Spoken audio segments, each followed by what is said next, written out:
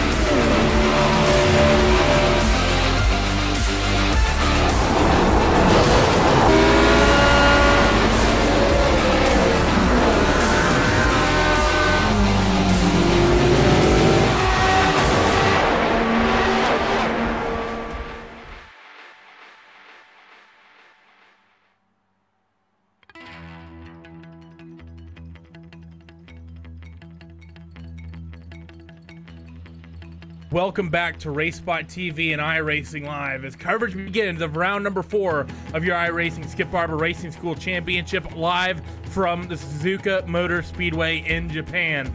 Randy Chinnet, Alvin Nieves, and Higa Louis bringing you all the action today. And Alvin, this is one of the most prominent and most famous Formula One circuits in the world. However, for these guys, this is going to be a huge racetrack for them in these little Formula Skip Barber 2000 cars. They're going to feel like they have a lot of room out there in these things. Not only a lot of room, but you have to consider we're using the full layout in here today, the same layout that we use in Formula One. So for a Formula One car, usually we see a lap time of around 1 minute 35, 1 minute 40 seconds, but on these cars, it's going to feel like a lot more. I think it's going to be around the 2 minutes 30-second range. I think from 222 in qualifying right now. 222 in qualifying, yeah. So it's gonna be a lot more, and with only 10 laps, yeah, it's only 10 laps, but a huge track, so many sections for these cars, and at the speeds that they go, Randy, it's gonna be really important to position yourself. When you look at this track map, Alvin, for these cars, I mean, for Suzuka in general is, I think, a racetrack that makes it, I don't want to say easy to pass, but you have plenty of opportunities. I'd say even in the bigger cars, in the F1 style cars, in the GT cars, you know, Indy cars, even when they run here, you have some long straightaways to really work draft in cars of those sizes. You know, you think about the run into corner number 1s, you can make passes happen. Occasionally at the hairpin, you can make passes in spoon, potentially. And most notably, I think the run into 130R and then into the final chicane, you have the opportunity to make passes as well, even in the big cars. These little cars, considering they make as much aero as they make, have as much drag as they drag along with them, so to speak, pretty much anywhere is going to be a passing opportunity, and I think it's wouldn't be out of the question to see cars change positions once or twice, say from the run between that final chicane into corner number 1 and 2. And not only that, Randy, when you consider the speeds that these cars go, it's not really that fast, but that doesn't mean that they are slow by any means. And one of the parts that I'm really interested to see today, those S's, the snake, because on a faster, more powerful car, usually it's a single line, but on these cars being so underpowered and having relatively high grip for this part, considering that they go kind of slow, will be really interesting to see if we can see some side-by-side racing going into the snake. Yeah, it's the S's here are going to be really interesting to watch, because you're absolutely right. Not only just the speed of these cars, Alvin, but they're just so much more narrow from a GT car or a Grand Prix style car, such as the McLaren F1 that we have on the service, as well as, any of the GT stuff that we typically see here. As narrow as these cars are and as slow as these cars are, that can potentially be a side-by-side situation. But that said, qualifying is getting itself wrapped up, and let's go down your starting grid for round number 4 from Suzuka. Driver in the number 2, that's Mr. Johnny Guindy. He's going to come away with the pole, your current points leader. Starting on the outside of the front row alongside him will be the number 5 of Adam Rylance. Looking back to row number 2, you have Enzo Canta as well as Gavin Martin. Going back to row 3, Kane Halliburton and Philippe Lebert. Dennis Johansson and Greg Seitz, they make up row number 4, with row number 5 being Tuan Tron and David Pina Jimenez. They round out your top 10.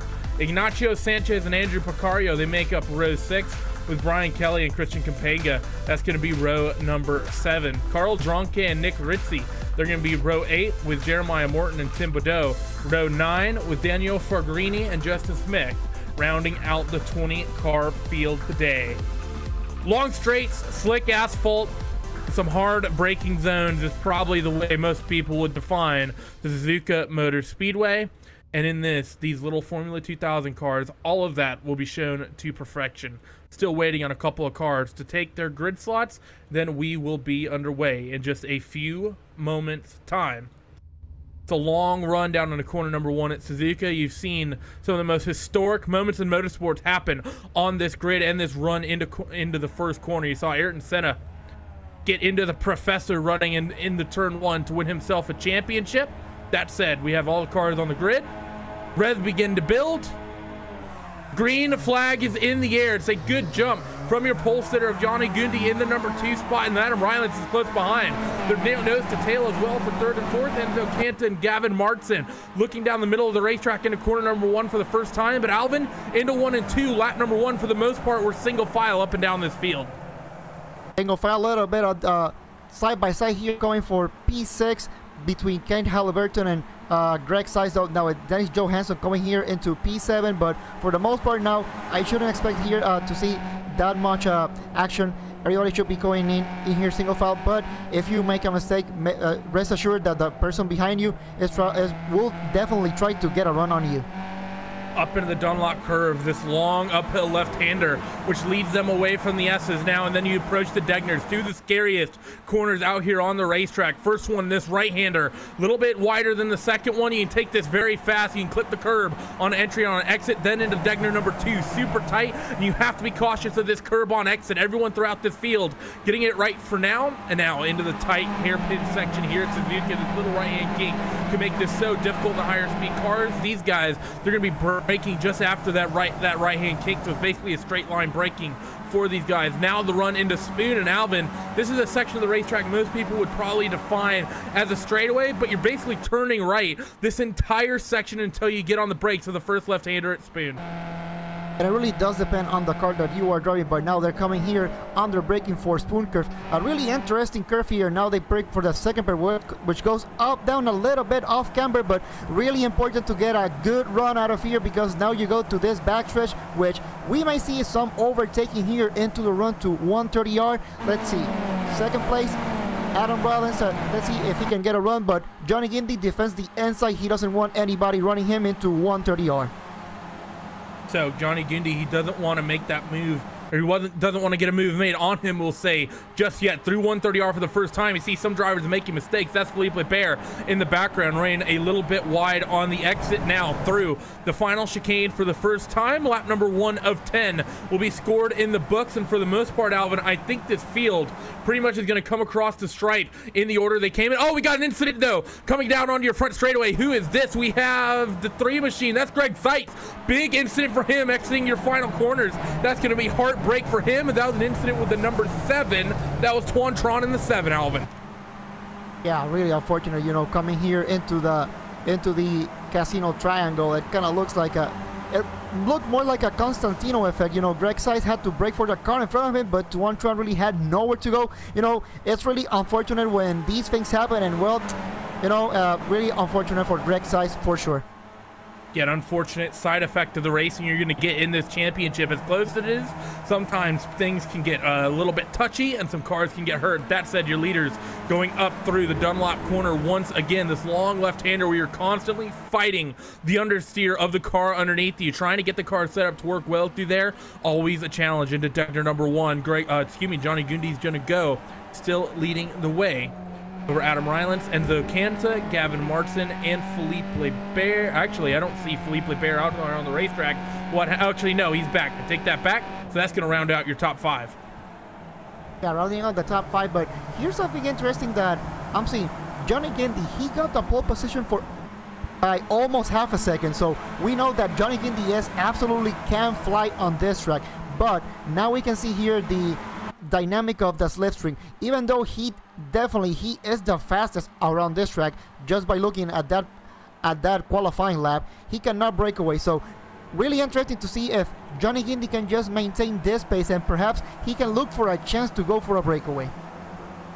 Well, he's already started to stretch that margin over Adam Rylance just a short amount. The gap was 3.5 tenths of a second last time across the line. Something interesting to me here, Alvin, you see Gundy, he's going to driver's left down all these long straightaways, but Adam Rylance isn't trying to duck into the slipstream at all. He's basically just letting Gundy do whatever he wants. So the number 4 of Enzo Canza thought about throwing up the inside of Rylance going into 130R, thought better of it. However, Rylance's exit wasn't great. I think Canto could maybe make a move into the triangle. No, he's not going to. So the 4 machine going to stay in line in 3rd spot for now. But for Adam Rylance, he has to be careful about how he uses the slipstream, because if he doesn't use the slipstream at all, he's just going to get gobbled up, I think, from Enzo Canza behind. And Canza looks like someone who could be more than willing to get aggressive and make a move into somewhere like 130R, like we almost saw. And we know that Enzo Canza, if he sees an opening, he will go for it. We have seen that time after time after time. Now, really important. Yes, he can go for the move, but yes, he's also prone to making mistakes. And I know that Enzo Canza, if he sees the opening, he will go for it, but he's also not afraid to tangle. Speaking about making mistakes, Jeremiah Morton in the 16. This is a little bit deeper down the field. I was going to talk about the second pack of cars. Going into corner number 1, he got a little bit loose at the mid-corner in 1. I think he just had to, I think he entered way too quick. Got on the brakes trying to make the car rotate, kicked the back end out, got onto the AstroTurf, and then that spun the car around. Very easy to make mistakes at this racetrack, Alvin, and especially here at Suzuka, one of the few racetracks that's, really known on the iRacing service. Really all the Japanese tracks are known for being very, very slick. You talk about this track, Okayama, as well as Twin Ring Motegi. The asphalt here in Japan is very slippery. Not only slippery, something that we have here in Suzuka that perhaps you don't have in Okayama or Twin Ring Motegi perhaps. This track, although narrow, it seems kind of wide because the walls themselves are kind of far away from what the racing surface is. So it can kind of sometimes trick you into going a little bit too deep, and if you make a mistake, yes, you will pay for it. Especially if you think about turn number 1, really wide. If you try to run out, there is a runoff area, but of course you don't want to do that. When you said something unique here at Suzuka, I expected the engineer in you to come out and start talking about how they paved this racetrack. But a little bit deeper down, Dennis Johansson coming out of Spoon ran a little bit wide. Everything's still okay, and you have a little bit of tolerances to play with on the exit of these corners here at Suzuka, being an FIA grade track. That said, looking at your top 3, very, very tight. I think both Rylance as well as Enzo Canza both out of the throttle entering 130R. I think these guys being very, very patient right now, Alvin, knowing you have the long straightaways as well as the fact that there's still 5 laps left. But because there's such a low lap count here, you really don't have so much you have in a lot of ways less time to work with than you really do. Yeah, they're only coming to lap number 4 right here of 10, so you still have over half the race left. But you talk about the other races where we're talking 15, 17, 20 laps, you have almost twice the potential opportunities to get a pass set up than you do here. To a certain extent, you can't be too passive around this place just because the number of laps is so short. And you see someone throwing a big move into corner number 2. That was Dennis Johansson into corner number 1 and 2 on Kane Halliburton. That's the 6 machine taking up P number 6. And I think that's more of a realization that things are being a little bit too passive in here, and this is the point that you really want to start making moves if you wanna go for the win, because we're seeing a little bit of a breakaway here between the top 5. 6 and 7, they're a little bit they're a little bit behind, and for Dennis Johansson, it's absolutely important. That move that he made, absolutely important that he made it. That way now he can march a little bit further into the field. But I can say, once he runs to Philippe Lebert, Gavin Marcin, it's gonna be a lot tougher to overtake. That's for sure. And you know, these guys up here, they're very, very experienced when it comes to defending. Talk about, oh, we got a little hiccup though at the front of the field. I'm not sure what happened there. I think someone got a little bit of oversteer at the apex of the hairpin. No, that was the 5 of Adam Rylance. I think he got a little bit of a touch from the 4 machine of Kanta behind. Yes, he did. Kanta over aggressive on the brakes, got into the back end of the 5 of Rylance. Rylance, fantastic job to reel that back in, Alvin, but because of that little hiccup, that little accordion effect, that's given us quite a bit of, actually, no, I take that back. Philippe Lebert has big problems in the 1. I think he's broken the suspension arm or something on that 1 machine. He is crabbing bad through the exit of Spoon. Yeah, that's really absolutely unfortunate, but that also has allowed Dennis Johansson to move into P5, but because of that, I think Philippe Lebert held Dennis Johansson just enough there that now he is really far away, and now this is a 4-car breakaway. Johnny Guindy leading, but Adam Rylance really looking to go into the Casino Triangle, and let's see if he can go for the overtaking. No, he decides to go, let's go single file here. I think he got an even better run here coming out of the Casino Triangle. Let's see if what happens going here down the start-finish line. Well, Rylance looks to driver's left, whereas Johnny Guindy is going to play defensive on driver's right down your front straightaway. They come across the stripe to begin lap number 5. It'll be halfway after this lap, but going into corner number 1, all these guys amongst your top 4 going to be passive. No one really playing the slipstream game. Kanta was behind Rylance using the slipstream, but he wasn't really being aggressive with it. You could have potentially seen that side-by-side move happen. And one of the things to think about here, I think, Alvin, if you're Adam Rylance, if you see Johnny Guindy, say, taking the defensive line down into corner number 1, and if you decide to stay on driver's left, you really run yourself into a big risk, because then what you're potentially doing is allowing Enzo Kanta to, one, not only potentially make a move up the inside of you, but because Johnny Gundy's down there on the inside, Kanta could then arguably use the slipstream of Gundy to get alongside Rylance and make a move. Adam Rylance, being so passive-aggressive with this, might actually cause himself to leave the spot. There is that possibility, but I was expecting a little bit more of easy overtaking going into the back straight and the start finish line, but it kind of seems to me like this is not the drafting circuit that I was expecting it to be. So yeah, you are right there, Randy. Adam Rylance, he needs to go for the overtake, because Enzo Kanta, I can tell you, we're right now on lap number 5, and I'm pretty sure that he's starting to run a little bit impatient. Can be interesting to see when this impatience is going to really play into effect, as we're just approaching halfway in this motor race, and Adam Rylance still hasn't tried to open himself up a door on the 2 of Johnny Guindy whatsoever. Everyone's still playing really nice with one another as they exit Spoon and come down the back straightaway. I think right now, if you're Adam Rylance, you have to think about really opening up here and really getting aggressive. But Johnny Guindy in the 2, Alvin, is so quick. Look at the gap he's able to stretch on the 5 of Rylance coming out of Spoon, and actually Kanta is going to look to make a move on the 2nd place runner of Adam Rylance. He looks to the outside, and he noses ahead on the run into 130R, but Rylance has the preferred line side by side through 130R. The 4 machine of Kanta using the runoff, and now going on the braking zone into the triangle. The 4 of Kanta has the preferred line. Kanta moves himself into the 2nd spot, but Rylance is going to try to work the cutback. The 4 was tight through the 2nd half of the chicane, so the 5 will have a better run. Rylance looking to fight back down this front straightaway into corner number 1. He gets into the slipstream of Kanta, all of this allowing Johnny Guindy to stretch away in the number 2 machine as we approach halfway. Here comes Adam Rylance. He has just enough of an opening going down into corner number 1 here at Suzuka, and the number 5 machine fights back on the inside through 1 and 2. He should have this easy. The 4 of Kanta gets slotted back into the 3rd position. That, to me there, Alvin, echoes of Hamilton and Raikkonen at turn 1 and 2. Yeah, absolutely fantastic racing between Adam Rylance and Enzo Kanta. Enzo Kanta saw the opening. He went for it a little bit deep under braking going into the Casino Triangle, but nevertheless, Adam Rylance was able to get 2nd place back. However, that has allowed Johnny Guindy to break away. It's a pretty big gap that Gundy's just gotten himself because of that fighting for second and third. The gap was 0.8 of a second at the line with that secondary pass coming in at 1 and 2. I have to say, this gap is probably stretched out just a little bit more. That said, he may not have gotten enough of a gap to actually break the draft. But that said, Ryland's not very good through the second tegner, and for that reason, we might see that 5 machine just allow this gap to get stretched out just a little bit. And considering he still has the aggressive number 4 of Kanto behind, I think that those two's fighting isn't done just yet. Gundy might be able to slip away. Yeah, it certainly is. It does seem like that battle was just what Johnny Gundy needed. Now, really interesting if he can go for that breakaway. I think the answer for this one will be absolutely yes. However, all this battling has also allowed Gavin Marson to close a little bit more that gap to P2 and P3. Let's see if Gavin Marson can overtake those two.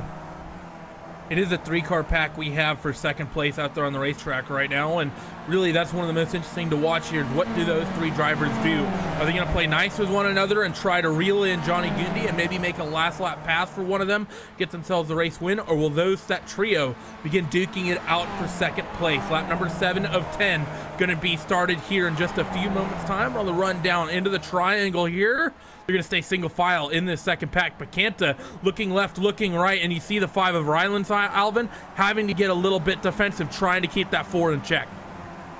Yeah, it is absolutely. And for now, Adam Bladens, he knows that Enzo Kanta will go for the move if he sees that opening. So for Adam Bladens, I think 2 laps ago, that was more like a wake-up call. Enzo Kanta, he was growing impatient, and he was going for that move. I think Enzo Kanta going here into turn number 1, and he goes, oh my God, and almost hits the wall. Big move there from Kanta. He tried to throw it at the inside of Rylance in the 5, going into 1, and he didn't get it right. Because of that, he got spun around. He talked about the aggressiveness here, Alvin, that we've been seeing from the 4 and the 5 machine, and that right there, I think a bit of an over-aggressive move from the 4. That was borderline dive bombish. I don't think there's any way you're going to ever make that stick that late of a move. Considering how late he ducked out, I don't think the 5 of Rylance would have ever been able to see that coming. Absolutely, and we know with Enzo Kanta, once he starts growing impatient, he will go for the move. So it's only a matter of time. If he sticks the move, you know, we also say what a great move he did. But I think I will say 7 times out of 10, unfortunately, it ends up in disaster. So the 5 of Adam Rylance able to continue running. Gavin Martin still out there as well. And the question has to be, what kind of damage does Rylance have after that contact? His right front wing looks a little tweaked, but beyond that, it's going to be interesting to see what if there's any issues with that. The 12, 13, and the 19, they've also been having a close scrap. There's a bit of a pack down here in this part of the racetrack. You have Brian Kelly, Andrew Picario, Nick Ricky, Ignacio Sanchez, about a 7-car pack down here in your bid pack, Alvin. These guys been fighting hard since green flag. Absolutely. Just because you are med pack, that doesn't mean that there isn't anything to fight for. We gotta remember this is a 12-week season with the best 8 rounds counting towards your championship. So every single point that you can get, especially on a tough split like this one, every single point absolutely counts. Talking about that, looking at your race leader, 1.3 second lead last time when he came across the stripe. That's going to be stretched out, I think, somewhere near 2 seconds after that hit. Probably a lot more than that than we saw for the fight for second place. So everyone works themselves through the triangle now for working lap number 7. Going to be 3 laps to go at the stripe. And now let's see what the gap is. Johnny Gundy comes back down onto the front straightaway. The finish line is a little bit earlier down, and actually the gap out when it stretched out a huge amount. Johnny Gundy, with all that fighting for second place, he's gotten himself a nearly 3-second lead. That 2 machine has broken away beautifully. Not only he has broken away beautifully, this is pretty much almost certain a race victory for Johnny Gundy. He just needs to make sure that he has to do what he has been doing not only all race but all season long. You know, he goes in front, he lays down the laps, he puts down the pace, and I think that is what has given Johnny Gundy not only the lead in this championship but also the lead in this race. Definitely so, definitely so. Really the most exciting racing probably going to be coming down from your mid-pack somewhere, but a lot of this race, Alvin, gotten itself really spread out. We have a good fight for second and third, of course, between Rylance and Martin. Also close are the 6 and the 10. In fact, they just swapped positions at the beginning of this lap. So now into Degner number 1, and then into Degner number 2. Those guys pretty much nose to tail. They go up the run into the hairpin. Yeah, going a little bit nose to tail, going here into the hairpin. Kane Halliburton and Dennis Johansson now coming here under heavy braking. Dennis Johansson decides to stay a little bit behind, but Kane Halliburton just runs a little bit way into the grass, and that gives Dennis Johansson P4. Slight mistake there from the 10 machine, Alvin, and talk about that end of the racetrack. Well, that didn't even start with understeer. He just flat out got a little bit loose. We talk about the slick asphalt here at Suzuki. He got a little bit loose, and because of that, he had to run sort of a weird line on the exit to try to make sure there wasn't a bigger issue. Maybe have some contact or something come away from that. I'm going to say, even though it came from a mistake, good driving from the 10 of Kane Halliburton there, letting that spot go, just getting off the racing surface instead of trying to over-defend and maybe causing an incident with the 6.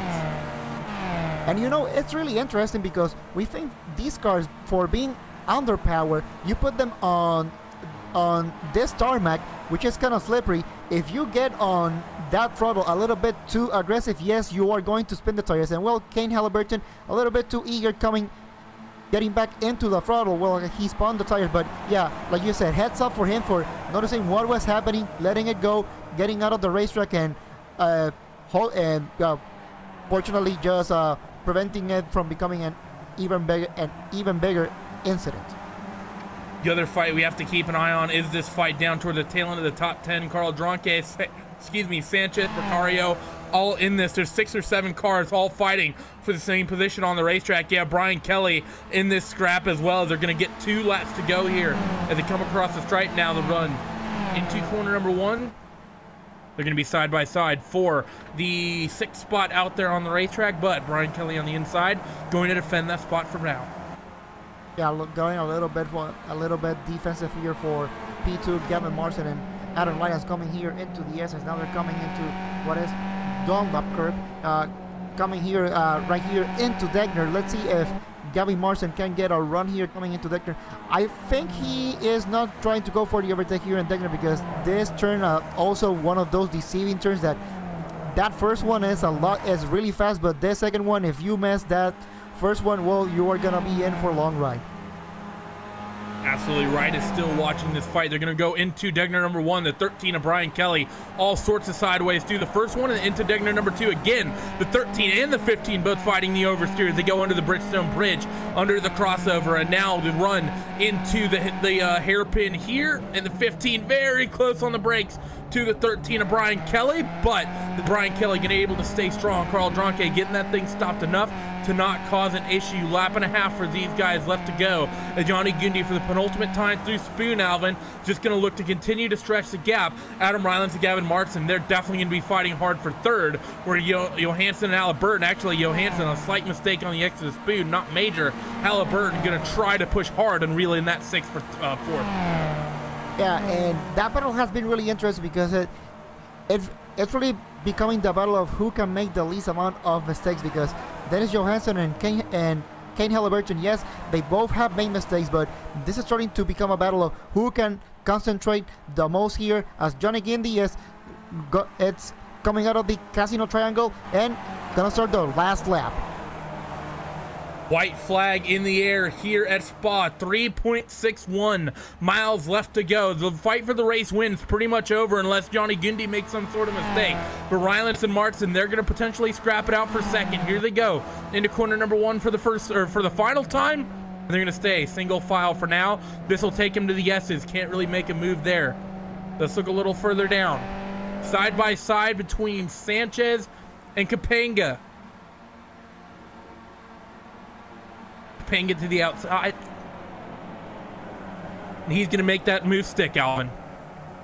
Yeah, definitely coming here last lap. Now this is the time that you really need to make your moves, no matter where you are on the field, mid-pack, all the way to the back. But up here in front, this battle for P2, P3, P4, and P5 really heating up. But absolutely, this battle for P4, Dennis Johansson, Kane Halliburton is absolutely at his best. Kane Halliburton getting a little bit of a better run here coming out of Dunlop. Let's see if he go for a overtake here at Degner. No, he decides to stay put. Single file through the Degners. It's difficult to make passes happen there, though you can do it. Now going up toward the chicane, though. Will Johansson be able to defend, or will Halliburton throw a move? No. Single file for now. But now through the hairpin, if you're Kane Halliburton, you have to know your chances are getting thin. You don't have a lot of options. The fight for second still hot as well. Martin all over the heels of Rylance on the run into Spoon. Let's keep an eye on the fight for second. Is Martin going to throw a move for second into Spoon? No. Going back to the fight for fourth, they're going to stay single file as well. The 10 choosing to keep it single file. Both of them pushing hard. Both the fight for second and the fight for fourth. Pretty much one more passing opportunity, arguably two, if you decide you want to separate 130R from the chicane. Down the back straightaway, the fight for second place. Gavin Martin using the slipstream on Rylance, gonna have to do it the long way round into 130R, but you can make the outside move stick. And if you do so, you have the inside for the chicane. Using the runoff is a 9 machine. He's going to maintain just a little bit of overlap, and he'll have the inside line for the triangle. Side by side in the final chicane. They're side by side for fourth as well, and Adam Rylance is going to reign supreme on the inside on the exit, but the 9's going to fight back. Johansson, he's going to work the outside down this long run. Kane Halliburton's gone up the inside, and Halliburton has taken the spot away. Rylance is going to hold on to second as Halliburton gets the run on the 6 machine. All the while, Johnny Gundy has taken the win for the checkered flag. Alvin, what a run for all these guys to the checkers. Absolutely great run here, but let's not forget of a battle for here. P7, many cars here for P7, but Carl Drunke gets P7, Andrew Procario 8, Christian Cabanga 9, and running on your top 10, Ignacio Sanchez. So good fights up and down the field there coming to the checkered. Not gonna lie, the way the second and fourth fight was happening, I completely forgot about that battle happening in the mid-pack. But that's gonna close out this one, and with that, let's go down your post-race results live from Suzuka. He is quickest in qualifying by about half a second. He managed to come away with a pretty dominating win. Johnny Gundy comes away with the victory over Adam Rylance. Gavin Martin comes home third. Halliburton in fourth, and Dennis Johansson rounds out your top 5. Brian Kelly in 6th. Carl Dronke 7th. Andrew Picario in 8th. 9th is Christian Capanga, and Ignacio Sanchez rounds out your top 10. Nick Ritchie in 11th with Justin Smith in 12th. 13th is Jeremiah Morton. 14th is Tim Badeau. Philippe Lebert in 15th. 16th you have Daniel Figuerini. Greg Seitz in 17th. 18th is David Pera Jimenez. 19th is Enzo Canta. And Tuan Tron finishes 20th today at Suzuka. Join us next week. This championship is always exciting week in and week out. We go from the long straightaways and windy corners of Suzuka to next week we go to Summit Point Raceway, one of the tightest racetracks on the entire sim. So from everyone here at RaceSpot TV and iRacing Live, myself, Randy Chinnet, Alvin Nieves, and Hugo Louis, thank you for tuning in. If you're not done with the action just yet, join us in just a few moments time for the season finale of the Raven Graphics and eSpeed Contender Series. Watch Keith Stewart, Tim Marlowe, Bart Marak, and Jason Sizlove race it out for the championship from Homestead Motor Speedway. Till then, see you next time. Bye-bye.